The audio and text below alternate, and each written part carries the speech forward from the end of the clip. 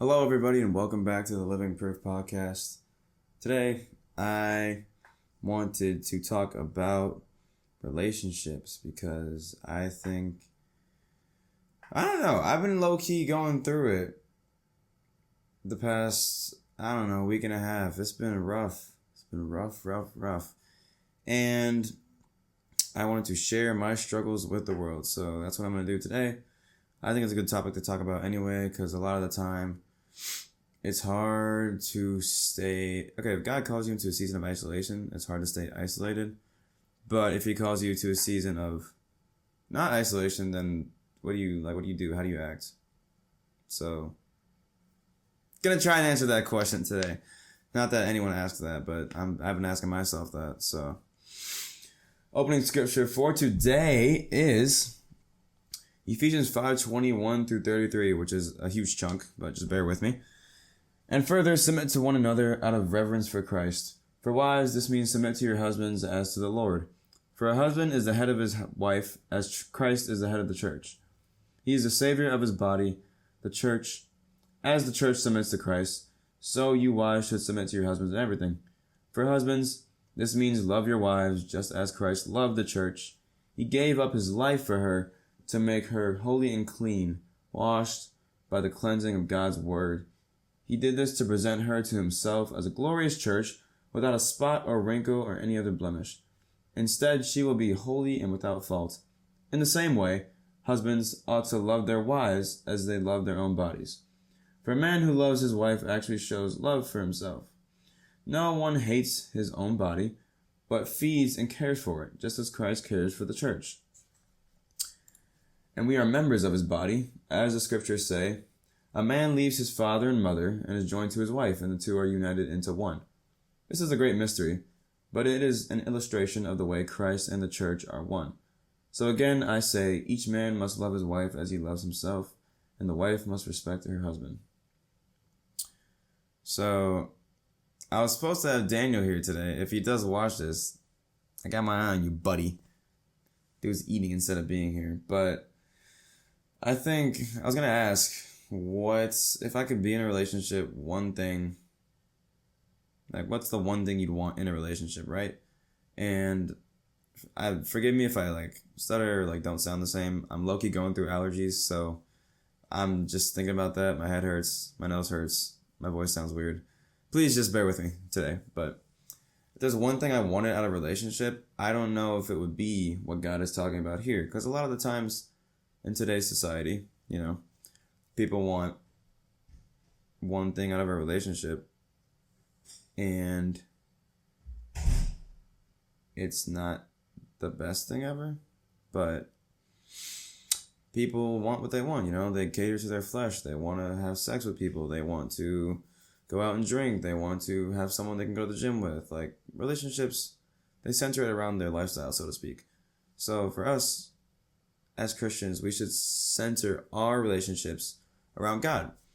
The same way some people center their relationships around how they treat each other or what they do together, the physical aspects. That we should cherish our relationships for the spiritual aspects, because God called us to do that. He calls people in a relationship, people in marriage, not just marriage though, but relationships in general. He calls for us to be respectful of each other. He calls for us to submit to one another, but he also calls for man to lead. I think for me, my one thing that I'd want in a relationship is just someone that's takes time out of their day to spend it with me. And that sounds stupid now because I know in the past people have done that and I've been upset. But I just get in bad moods, things happen, yada yada yada. I think now, especially here, I just want someone to hang out with me while I do homework or something like that. Something to that effect. Because that company, even in silence, to me, is spending quality time together. But I think the one aspect that God is talking about is love. Love is definitely you must love as Christ loved the church. I mean, that has to be the foundation of a relationship, obviously. But on top of that love, there's also respect and reverence. And so we have reverence for God and respect for our spouse. A lot of the time, people don't have respect for their spouse. They go be toxic and whatever They go up to other girls and cheat on them and then say, oh, I don't know you. Who are you? And then they go hit women and they abuse their girlfriends. And this goes both ways. Now, I'm just saying from my perspective as a guy perspective. They go abuse their girlfriends or they go do something stupid that's illegal that I'm not going to say. But there's no respect in the relationship is what I'm trying to say. So a core value in a relationship is love, but there should also be respect. If you respect someone enough, you won't blab over them when they're trying to have an argument and then make the argument even worse.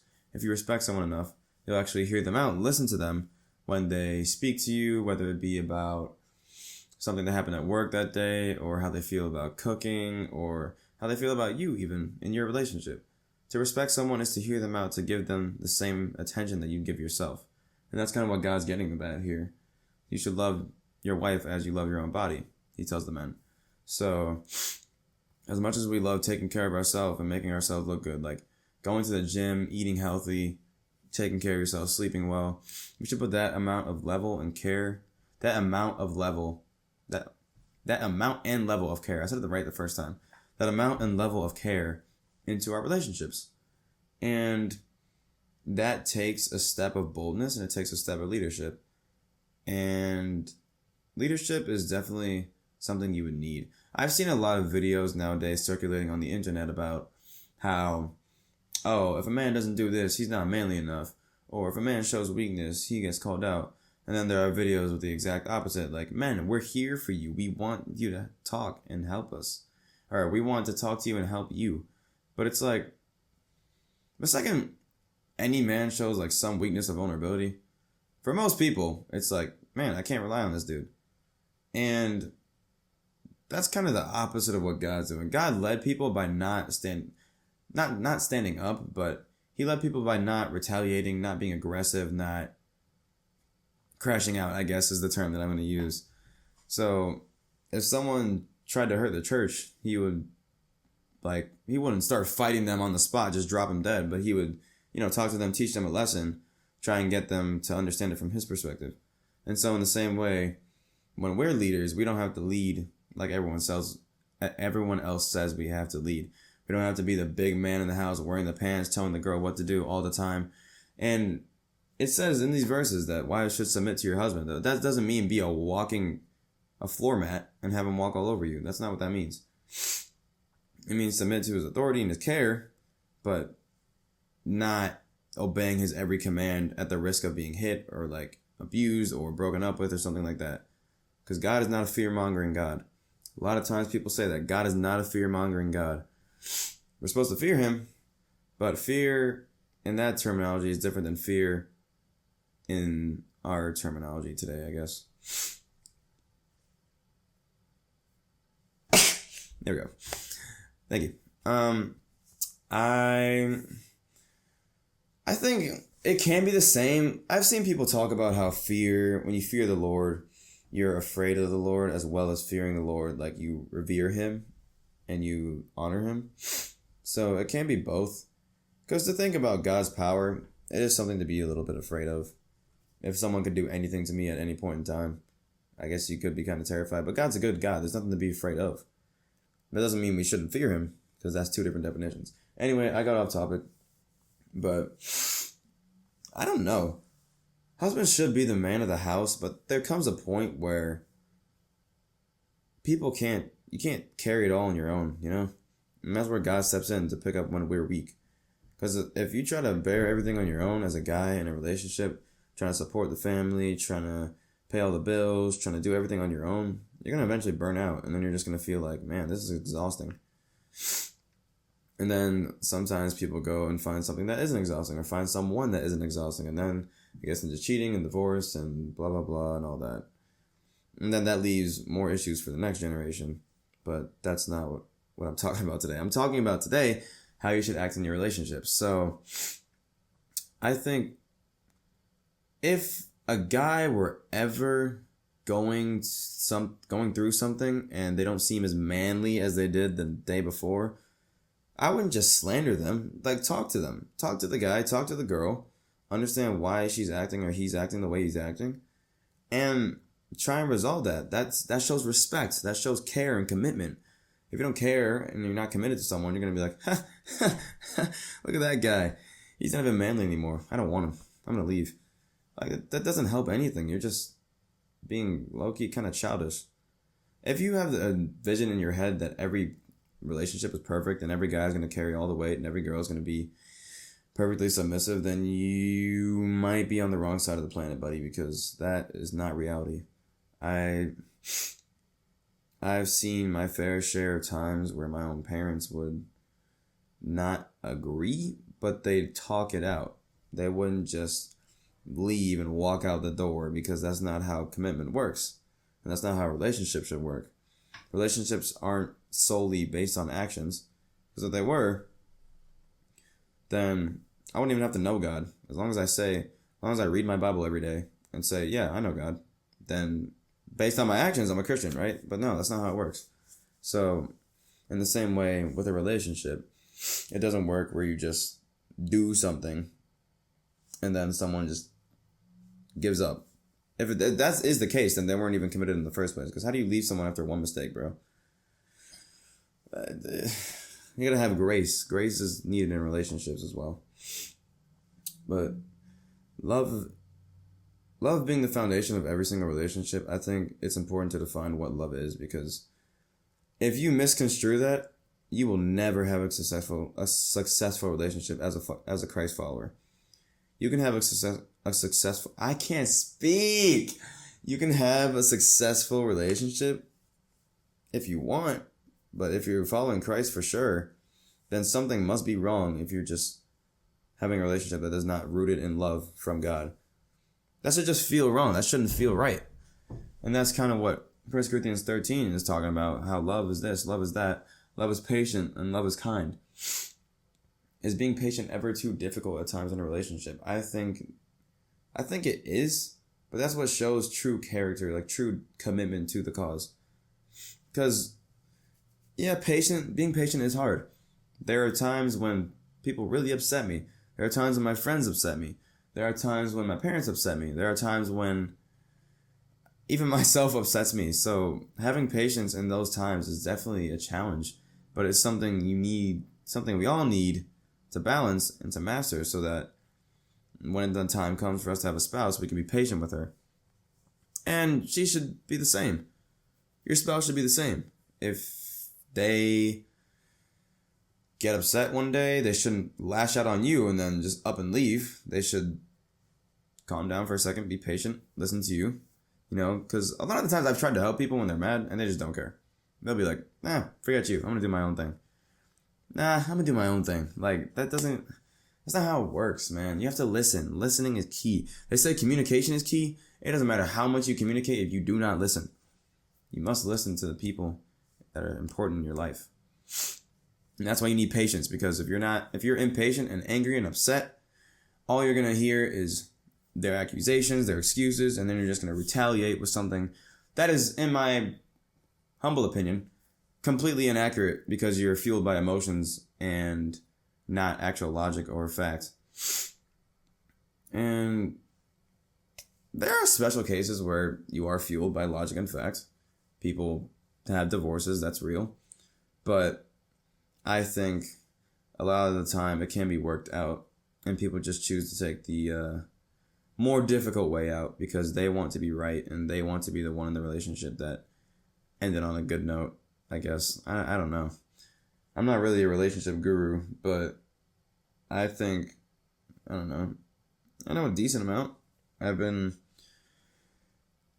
in my fair share of experiences, so I say that coming from a guy who watches court shows all the time with my family, people just want to be difficult for no reason. Problems can be solved so much quicker as people just listen and communicate, man. No one wants to listen and communicate. And that's brings me to the next point of lust. Lust does not envy or boast. Lust does not envy or boast. So if you ever... interpretation of this, envying someone else is definitely easily one of my worst sins ever. I think it just comes out as a habit. I'll be like, hey, I want that. Hey, I want that. Oh my goodness, I want this now. Like, I've said that so many times in my life, and I don't think most of them are accurate, because the next second I'll forget about it. It's just seeing someone else with it makes you want to have it. Seeing someone else with a relationship makes you want to have it. Seeing someone else have what you want in a relationship makes you have it, or makes you want to have it. And so if your partner's not treating you right, then you're going to go on the internet, see all these happy couples doing TikTok dances and whatever. You're going to be like, man, why doesn't my girlfriend do that? And then you're going to go find somebody else that does do that behind your girlfriend's back. And it just doesn't make any sense. Now, if your girlfriend's treating you like trash and she doesn't do TikTok dances, then you should probably break it off and go find somebody else. Yeah, but for the most of the time, people that cheat or get cheated on usually don't do anything. Or people that get cheated on. People that cheat obviously did something, but people that get cheated on don't usually do anything unless they cheated first. Most of the time, it's just the other person feeling like their relationship is inadequate and they don't communicate it. They don't communicate it, and they take it to somebody else, and then somebody else is like, okay, I'm here for you. I can listen to you. And then since that person's listening, because they communicated it to the random stranger instead of the person they have the issue with, they're going to go with that person because, oh, they understand how I feel, when you didn't even bother to try and explain it to your actual girlfriend or boyfriend. It doesn't make any sense. You got to communicate. Communicate and listen. Listen. Listening is so very important. I saw a video the other day about this couple that was in couples therapy, and the guy was talking about how he felt like a ghost in the house because he felt like he wasn't getting attention and wasn't being heard, wasn't being seen, wasn't being listened to, I guess. And then instead of comforting him, asking him, oh, I didn't know that, I'm sorry, what else is going on that you could talk to me about? Instead of caring, the first thing out of the girl's mouth was, and I feel like a robot. And she shrugged, like exactly like that. And it's not really meant to slander I'm not meaning this to slander anybody, but if the first thing to come out of your mouth when someone's explaining and ranting their trauma to you is something about how you feel in that situation, then I feel like you're being really selfish. Like, that dude took the time to communicate his feelings and voice them out in the air, and all she said was, okay, well then I feel like this. Even though you feel that way, I feel worse. So my situation is more important, and we need to talk about that.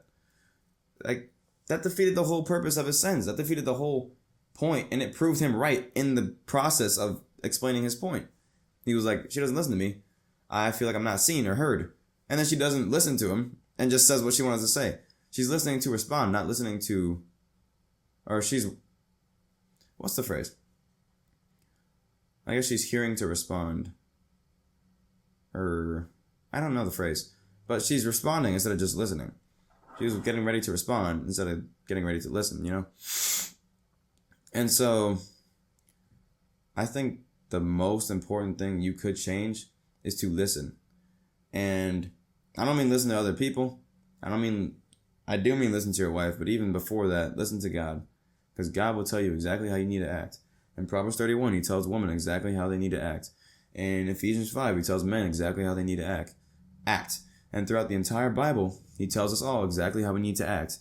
And so, I think it's important to realize and understand that, because not every single time you will have a word from the Lord. But if you go around listening to the people around you, your peers, you're going to get all these mixed ideas and things based on this day and age, this culture, and it's not going to turn out good for you. It's not going to turn out good for your spouse. Not really good for anybody. So I think the most important thing is to listen to God first, because he has so much wisdom. And when you listen to that, you are very, very, I think, very, very prone to not falling into the pattern of hurting your spouse or hurting your significant other or getting a divorce or whatever that may be. I feel like I'm talking about divorce when I'm a 19-year-old college student, but you get what I mean. Relationships, breaking up, girlfriend, boyfriend, same thing. Another important thing that I think sometimes people forget is that we're supposed to be equally yoked with the person we're with. A lot of the times, I've been thinking about that a lot recently, I'm not going to lie. Like, being equally yoked with anybody how do you know what that means, right? It almost seems like a abstract concept that God just threw in here and be like, oh yeah, you got to be on the same level as this person spiritually, and if you're not, then probably shouldn't be with them. But I've heard it used to describe that, but I've also heard it used to describe a relationship between obviously an unbeliever and a believer. I don't think two believers can be unequally yoked, but actually, yeah, they can. It can be both. Two believers and a believer and a non-believer. Believer and non-believer, obvious. Two believers, it's not as obvious, but it depends on how they're acting. Sometimes, I'll admit, I haven't been the best of a Christian, and sometimes I'll lead people away from God because of my fleshly actions.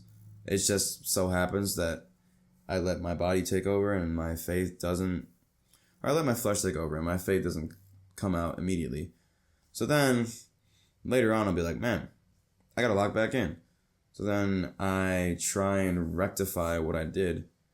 And it feels like I'm the worse off believer in a sense. Or I'm the worse off person because I know these verses, I know these things, and I still choose to invalidate a daughter of the Lord. So it's like, you read it as you will. This one says, do not be yoked with unbelievers. Don't lead someone to believe you're an unbeliever as well, because it's important to stand up and to have people know that we are believers. And if that means not dating somebody you met at a frat party or on the street, then so be it. And if you want to share the gospel with them, so be it. But I would not willingly just get into a relationship with someone in hopes to change their mind, because God is the one ultimately that does that. We don't change anyone's mind ourselves. God's the only one that actually changes people's minds about him. So if you go into a relationship saying, oh yeah, I'll change this person, just give me a couple months, they'll be going crazy over Jesus. I don't think that's the best way to go about it, because you don't only set yourself up for failure, you set them up for failure, and then they're going to be like, God, why didn't you do anything? They're going to affiliate Christians with a worse image. Don't get me wrong, there are some cases where it works, some cases where it happens and where it's normal, and those are the exceptions. I think the majority of the time, you go into a relationship trying to change someone, you more often than not will be the one that changes. You'll become less yoked with the Lord, you'll be more worldly, you'll give in more to their tendencies as opposed to God, because we are at our core, we are sinners. So our core wants to sin. And if we hang around with people that are encouraging us to sin, especially the person you want to spend the rest of your life with, how often will you not sin and go back to the Lord? Right? Like, it shouldn't add up. And if it does, then please explain, because that doesn't add up. It's just like, if you want to be with someone that knows the Lord. Because if they don't know the Lord, they don't know how to love properly. And you can say, oh, well, I've seen people in the world that don't know Christ and they love perfectly fine. They have a successful, happy relationship. Yeah. If one of those people did know the love of Christ, I guarantee they would act differently. And that's not me being boastful or anything like that. That is my genuine opinion, because once you know the love of Christ, there is no going back. It is a change in your mindset. It's a change in the way you view people. It's a change in the way you walk, talk. And I've been talking bad, so I need to fix my talk recently. But once you know that love, you'll know that the love that was there before is not the truest form. And that's why it's important to, if you are a believer, to not be unequally yoked with an unbeliever. Do not be equally yoked with an unbeliever. It's not, I don't know. Be friends with unbelievers. Definitely lead them to the Lord, but don't try and seek out a relationship with them, because that will not end well. It will not end well for you. It will not end well for them, I think, because they're going to be too obsessed with, oh, what does this person think of me? They're trying to convert me. I have to be nice. I have to be a good person so that they like me. Like, you're putting unnecessary pressure on not only yourself, but other people. because you're trying to fit them into a narrative that they didn't fit in before, and it's just weird. So, yeah. I don't know. I think there are definitely key things to a relationship, but I think definitely respect, reverence for the Lord, listening to each other. Those are like 3 big things that will lead to a successful relationship. Obviously, stay in your word, read the Bible, pray, have prayer time together, stuff like that. But at its core, Christ loved the church because he respected God, he loved God, he cared for God, and he feared God. And he loved the church the same way. And so we have to love our wives, and they have to love us the same way, because that's just how it should be. Why wouldn't you want to give all your love and your time and your attention to someone that you think deserves it? But no, you're gonna hold back because some generation calls. Oh, you can't send a message right after they send it, bro. You gotta wait like 30 minutes, 45 minutes, and then you gotta send just a one word text. Once you send that 1 word text, they're gonna be going crazy over you, and then you wait another day, and then they're gonna be crazy about you, man. Dude, it doesn't even make any sense. I don't like that people are saying that now, that you have to act nonchalant to get a girlfriend. Be yourself. Be extravagantly yourself. I don't think I meant that word. Extraordinarily yourself. Be yourself in the most flamboyant and flashy way possible, because whoever you find in life will like you for you, and God will bring you somebody that likes you for you. So why look on the internet and try and see what other people are saying? Hey, these are 5 relationship tips to help you get a girlfriend. No, they are not. Then again, I'm giving out relationship tips, but it's from the Bible. It's not even for a relationship, it's for life. It applies to friends as well. Proverbs 17:17. A friend loves at all times, and a brother is born for adversity. A friend loves at all times. Love all your friends all the time. If you don't love them all the time, then you're not really a friend. As iron sharpens iron, so brother sharpens brother. Sharpen your friends. Build them up, man. Build them up. You shouldn't be trying to lead them down a random path, trying to lead them to a 2-man or lead them to some random sneaky link because they want to do that. You should lead them down the right path. You know the right path. As Christians, we know the right path. So why not bring them to the right path? Or at least try to. If they don't want to, okay, that's fine. I tried. You can say you tried. You gave the Lord some of your time, some of your energy, some of something. But what I'm trying to get at, I guess, is in the simplest way possible, be yourself and follow the Lord, and whoever is meant for you will come along. And that's not to say that you shouldn't go ask somebody out. Sure, if you like a girl, she's pretty, go ask her out. But just know where you're supposed to get your relationship ideals from. Don't get it from outside sources. Don't get it from your friends. Don't get it from your friends. If you tell your friend stuff, there's this weird thing going around that if you tell your friend you're in a talking stage, it'll most likely end soon. And I think that's because other people in your business, they feed you with all these random ideas in your head, and it'll cause your relationship to just...